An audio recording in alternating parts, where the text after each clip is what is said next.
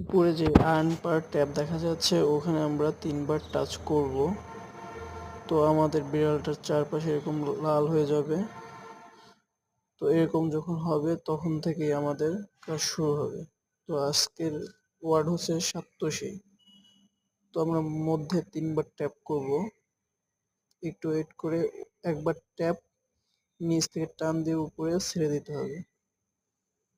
একটু ওয়েট করে একবার টান দিয়ে ছেড়ে দিতে হবে।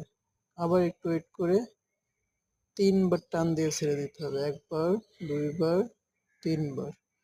আর একটু ওয়েট করে 3টা ডট দিতে হবে। আর একটু ওয়েট করে 4টা ডট।